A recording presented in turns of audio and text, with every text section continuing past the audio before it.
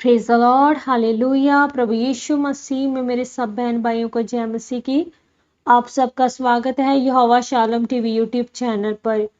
आज की इस वीडियो में हम परमेश्वर के पवित्र वचन को मेरी भविष्यवाणियों की पुस्तक में से पढ़ेंगे, जो कि परमेश्वर के दास प्रेरित अंकु यूसुफ नरूला जी के द्वारा लिखे गए हैं। आज का वचन, आत्मिक होने का फायदा। जैसा कि परमेश्वर के पवित्र वचन गिनती 2 अध्याय उसके 18 से 21 वचन में लिखा है, पश्चिम की ओर अफ्रेम की छावनी के झंडे के लोग अपने अपने दलों के अनुसार रहे, और उनका प्रधान अमीहूद का पुत्र एलीशामा होगा, और उनके दल के गिने हुए पुरुष 40,500 हैं। उनके समीप मनश्शे के गोत्र के रहे, और उनका प्रधान पदासूर का पुत्र गमलीएल होगा, और उनके दल के गिने हुए पुरुष 32,200 हैं। मेरे प्रियो, जीवन आत्मिक है, और ये मैं आपको बाइबल से साबित करना चाहता है कि आत्मिक होने में कितना फायदा है और शारीरिक होने में कितना नुकसान है।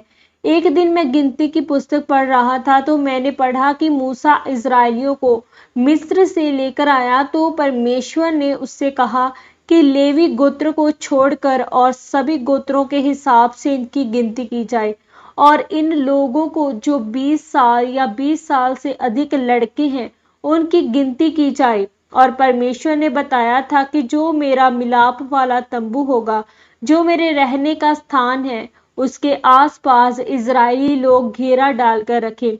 और परमेश्वर बताता था कि इस और कौन सा गोत्र रहेगा, दक्षिण और कौन सा गोत्र, पूरब की ओर कौन सा गोत्र रहेगा, उत्तर की ओर कौन सा गोत्र रहेगा, बीच में लेवी रहेंगे। ये परमेश्वर ने एक एक को बताया था।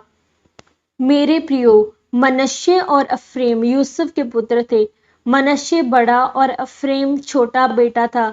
लेकिन जब उनकी गिनती की जा रही थी, तो जो छोटा बेटा था अफ्रेम, उनके 40,500 लोग निकले, और जो उसका भाई था मनश्शे जो बड़ा था, उनके लोग गिने गए तो वह 32,200 निकले। जब याकूब मरने वाला था, तो वह 147 साल का हो चुका था। उसने अपने बेटे यूसुफ से कहा, अपने दोनों बच्चों को मेरे पास लेकर आ, ताकि मैं मरने से पहले उन्हें आशीषें दे सकूं, उनके जीवन में परमेश्वर के शब्दों को भेज सकूं, और उसके बाद में इस दुनिया से जा सकूं।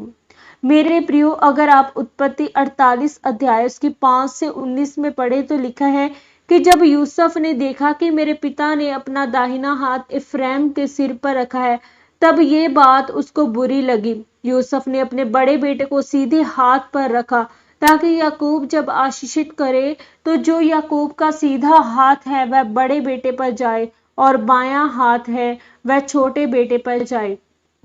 लेकिन ऐसा नहीं हुआ। याकूब ने अपना दाहिना हाथ छोटे बेटे पर रखा, और अपना बायां हाथ बड़े बेटे पर रखा। ये कोई इत्तेफाक नहीं था। वह दोनों यूसुफ के बेटे पाप के बारे में जानते थे, और परमेश्वर ने याकूब छोटे बेटे पर अपना सीधा हाथ रखने को बोला, और वह अफ्राइम अपने बड़े भाई मनश्शे से ज्यादा आशीषित हुआ।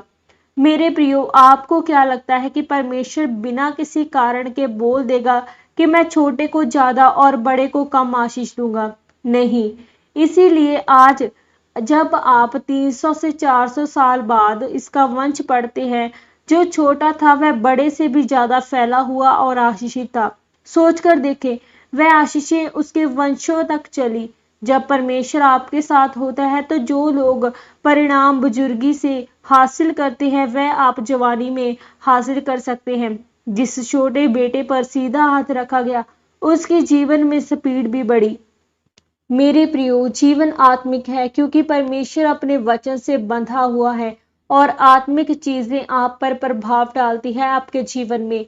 बड़ा बेटा मनश्शे सोच सकता था कि क्या फर्क पड़ता है सीधा हाथ रखने से छोटे बेटे पर, लेकिन आत्मिक चीजें रंग लेकर आती हैं।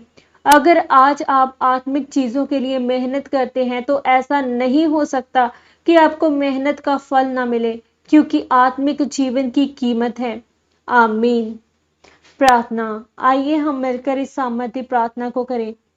सर्वशक्तिमान परमेश्वर, इस वचन के लिए मैं आपका धन्यवाद करती हूँ और प्रार्थना करती हूँ परमेश्वर, आप मुझे अपनी सामर्थ्य के साथ भरे, ताकि मैं आत्मिक चीजों की कीमत को समझ सकूं और तेरे वचन पर चल सकूं।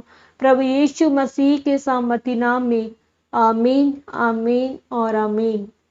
आज के इस पवित्र वचन के पढ़े और सुने जाने के द्वारा परमेश्वर आप सबको बहुतायत से आशीषित करे। सबको जय मसीह की। ऐसे ही परमेश्वर के पवित्र वचनों को हर रोज सुनने के लिए हमारे YouTube चैनल को सब्सक्राइब कर लें और बेल नोटिफिकेशन बेल को भी ऑन कर लें ताकि हमारी आने वाली वीडियो का नोटिफिकेशन सबसे पहले आपको मिले और आप परमेश्वर के पवित्र वचनों को सुनकर आशीषित हो पाएं।